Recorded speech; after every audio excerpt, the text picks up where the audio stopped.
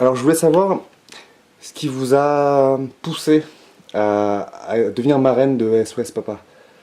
Oh, j'ai commencé bien avant à m'intéresser à cette question du père, et je dirais de la souffrance des hommes qui, à partir justement de la fin des années 70, début des années 80, ont été de plus en plus éloignés de leurs enfants.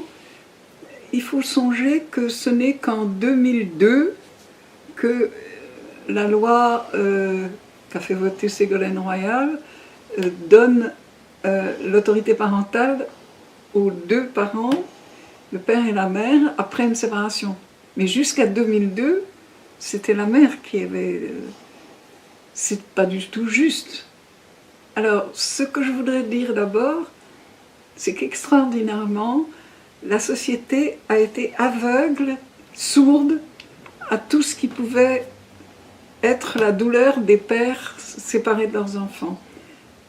Parce que d'abord, il faut bien se rendre compte que du moment où le divorce a commencé à augmenter, donc dans ces années-là, et à atteindre plus de 100 000 par an, 130 000, etc.,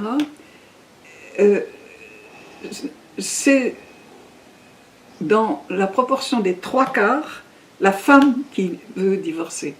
C'est pas le mari. C'est l'initiation du divorce, c'est la femme.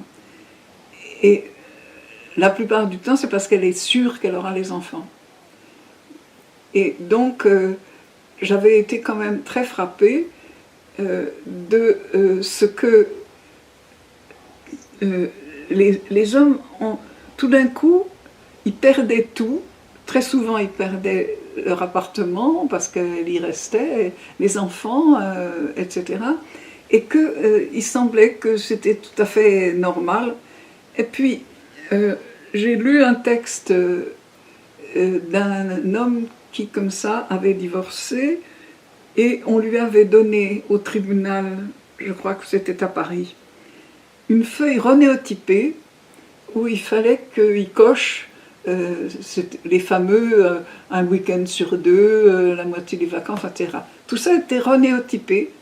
Et dans cet article, ce type que j'ai jamais connu, il s'appelait El Hakim, je me rappelle la signature de l'article, disait c'est comme si on me demandait de partager mon amour comme ça en un cinquième, un troisième, etc. Tout ce qui était ma vie, mes enfants, là, il fallait maintenant que je coche un truc qui était déjà préfabriqué, parce que comme ça, on le distribuait. Ça m'avait beaucoup frappée parce que on sentait véritablement que l'amour paternel, et sans penser à la réciproque, qui est le besoin de l'enfant d'avoir un père, passait au bleu complètement dans cette histoire. Sur ce, un jour, en prenant l'autobus, je suis passée devant le palais de justice. Et devant le palais de justice, il y a une place avec le marché aux fleurs à côté. Et sur cette place, il y avait un cercueil qui était posé sur des pierres.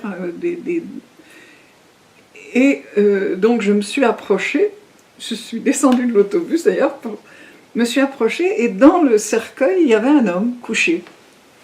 Et sur les côtés du cercueil, il y avait la photocopie des jugements qui lui retiraient ses enfants.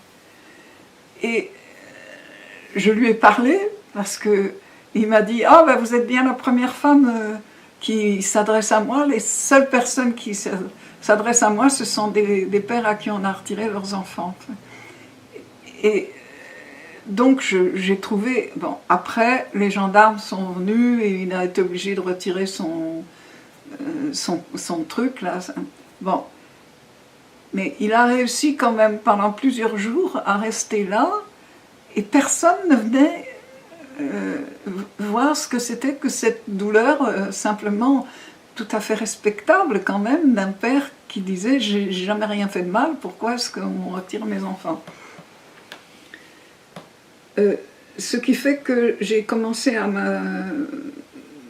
m'intéresser à cette question, et à en parler à des magistrats, parce qu'à ce moment-là j'étais au Conseil économique, je voyais beaucoup d'officiels, enfin, etc.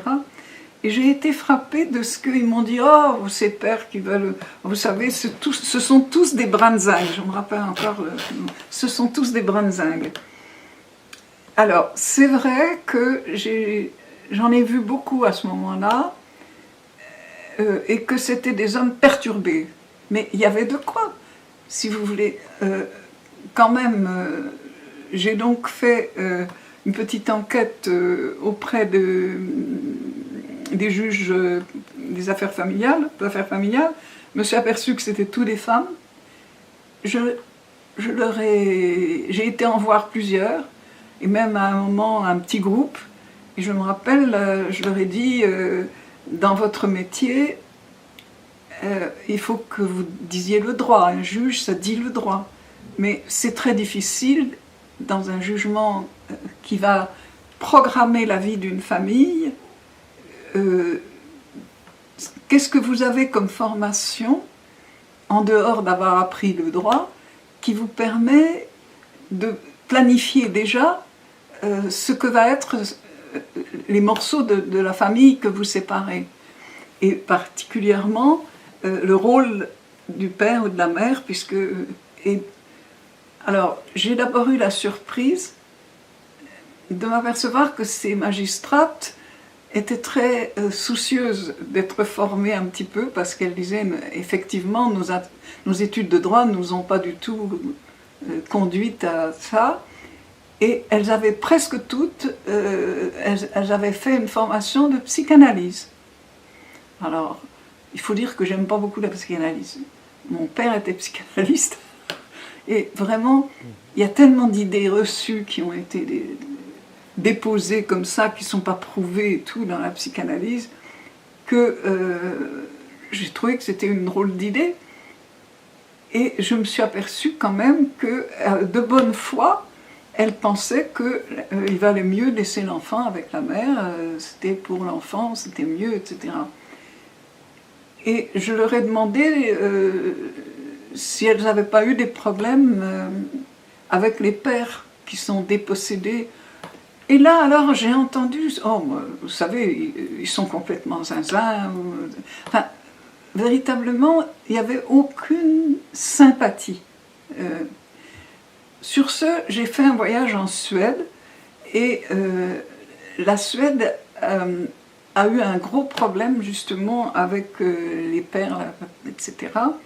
Et les Suédois ont fait beaucoup d'études sur la paternité, et j'avais donc réussi à réunir pas mal d'ouvrages, bon, on m'avait traduit des bouts et tout, où il y avait toujours cette angoisse de l'homme qui se trouvait devant un juge femme, deux avocates femmes, sa femme, et on allait décider de tout ce qui serait finalement son influence sur son enfant, l'éducation de son enfant, etc. Puis j'ai vu beaucoup d'hommes dans cette situation et qui me disaient finalement je suis un papa vacances, parce que je vois mes enfants, bon, pour eux je suis un homme en short qui vous paye des glaces, etc. Mais ils n'ont aucune idée de l'homme qui va travailler tous les jours, qui les entretient finalement, puisque je paye leur pension, etc. Alors que l'amant de ma femme, enfin le successeur, auquel en ce moment, en 2014, on veut donner un statut maintenant, on veut lui donner un statut du tiers. Quelle idée! C'est pas parce qu'il couche avec maman qu'il faut effacer papa, quand même. Ça me semble absolument ahurissant, cette façon de gommer le père un petit peu plus.